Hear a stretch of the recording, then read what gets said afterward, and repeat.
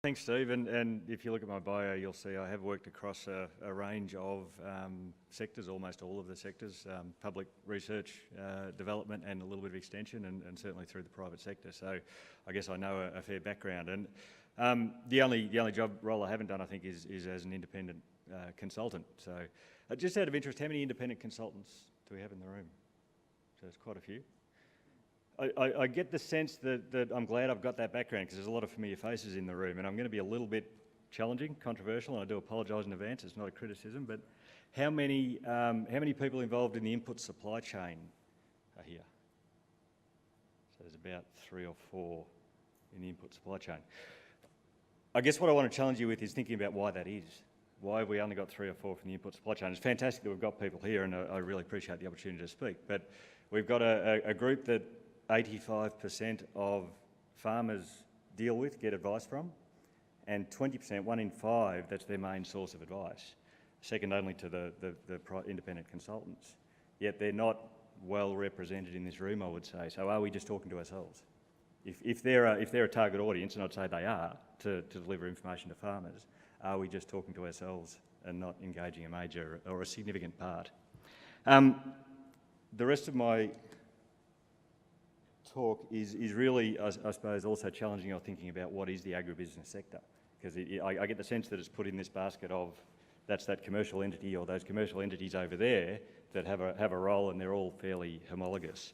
But I guess what I wanted to illustrate is there's a wide variation in those businesses and what they do and how they operate. So, you know, from the level of corporate resellers, so ourselves, Elders, and Landmark, fairly uniform approaches.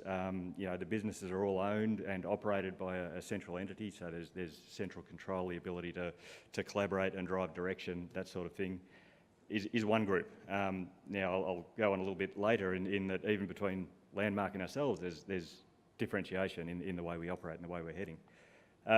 Local retail groups, so the Muirs, the Ag and Vets, tend to be very technical focused, but focused on a smaller area. So where Landmark and Elders have a national coverage, these ones are more regional focused. Some of them are growing a lot bigger. Linked independent resellers, so the CRTs, the AIRs, the NIRs, they're independently owned businesses that operate through a buying group, basically. So the direction of those businesses is driven by an individual. Makes them very different to, say, an Elders or a Landmark. Specialist retailers, seed fertiliser. I see Tom's a former colleague in the back of the room there from Heritage Seeds. They have a different business model. They're dealing directly with farmers. They have people out on the road dealing with farmers, but then driving business through generally the retail network. Sorry, I've skipped one. Specialist retailers. So the fertiliser specialist seed providers. They're targeting one particular sector of the market, and generally in a single location, or in the case of fertilisers and stock feeds across markets. They have a different business model, different drivers. And then the product supply companies that are using or bringing products to market, developing new products and bringing new technologies to market, which is something that needs extension. And that's, I guess, where the retail network tends to come in terms of driving that extension.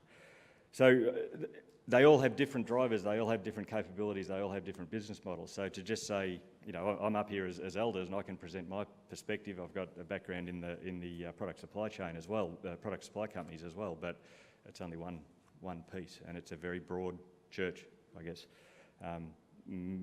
A lot of differentiation in terms of people's capabilities and direction and drivers. So looking at Elders as an example of one of those companies, and once again emphasising that we are only one of those companies and we're not the biggest, and certainly only a small proportion of it. But so we do have a national network of farm supplies outlets, so potential contact points for farmers and contact points for farmers. I guess I go back to the 85% of farmers get advice from the reseller network. I don't know what the other 15% do, because they will all be interacting with the reseller network because they've got to get inputs from somewhere. So very broad coverage across the whole nation. We've got over 130 agronomists, so people working as agronomists, providing agronomics advice and support to farmers. That's out of about 1,500 in total in the reseller network. So there are a lot out there. That's only agronomists. Then you start looking at, as you see there, we've got 13 livestock production advisors. So they're people employed to actually provide livestock production advice to farmers, not as separate to the livestock agents who just sell the stock. And that's a recognition that we need to provide more to our livestock clients to help them lift their production and improve their output. Similarly, with 130 agronomists who are dedicated agronomists, there's also 220 on-road sales staff that go around, and their role is just the sale process. They're still going to be giving advice. They're still going to have technical knowledge about the products that they're selling. 200 stock agents, 60 woolies.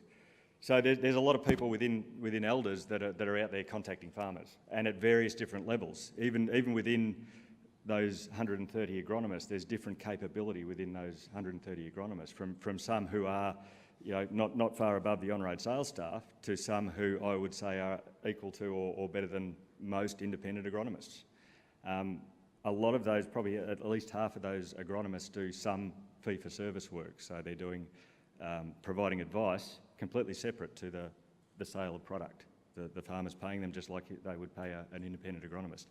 There's a small number, but a growing number, that's the majority of their business, is actually out there providing fee-for-service advice, exactly the same as an independent consultant. I guess we have, as I said, an increased focus on that technical service, and this is where we perhaps differ from some of our competitors, in that it's getting harder and harder to maintain business in a competitive world through sale of product. There's always downward price pressure, as there should be.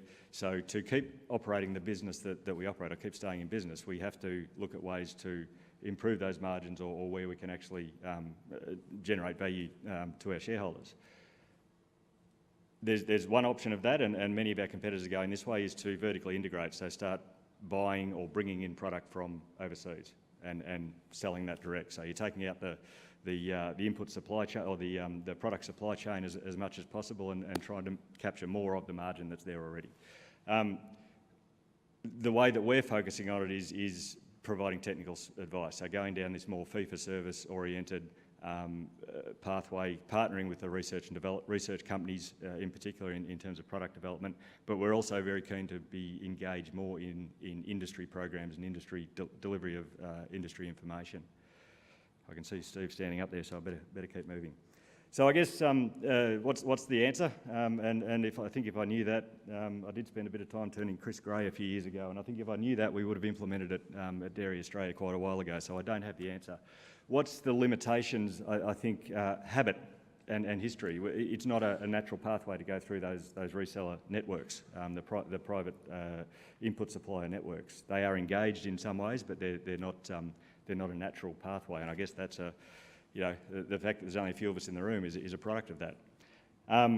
Time, in terms of the way a lot of the stuff, the extension programs are put out, and I know this is changing, but where there's an application or a tender or something like that, and having someone with the time to be able to sit down and do that, and I sit down and look at some of them and think, is it really up to me to build an ROI and a business case for this investment? I haven't got the time to do that, basically. We don't have people dedicated to do it, and because we're not used to doing that, we don't know how to dance, if you like.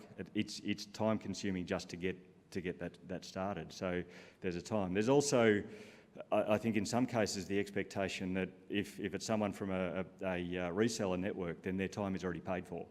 So they'll come along for the ride for free. And in some cases that's the case, and generally that's where we are going to get benefit out of as well. We need to get some benefit out of it. I mean, if you're going to pay an independent consultant to do the work, then why not a reseller or advisor? There's really no difference. A lot of it, the time, we are there because we can then take that information to our clients, and I think that brings me to the last point, which is one of the barriers I keep coming up against. I think it's diminishing, but it is perception. It's the perception that advice from a reseller advisor is somehow tainted.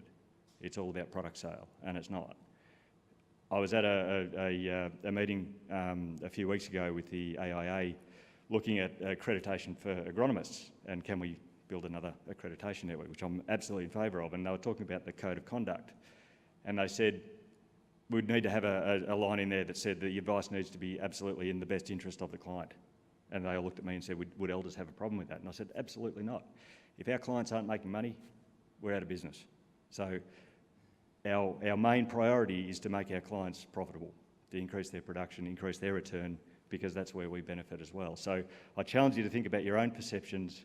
Do you view the reseller network as salesmen or credible advisors?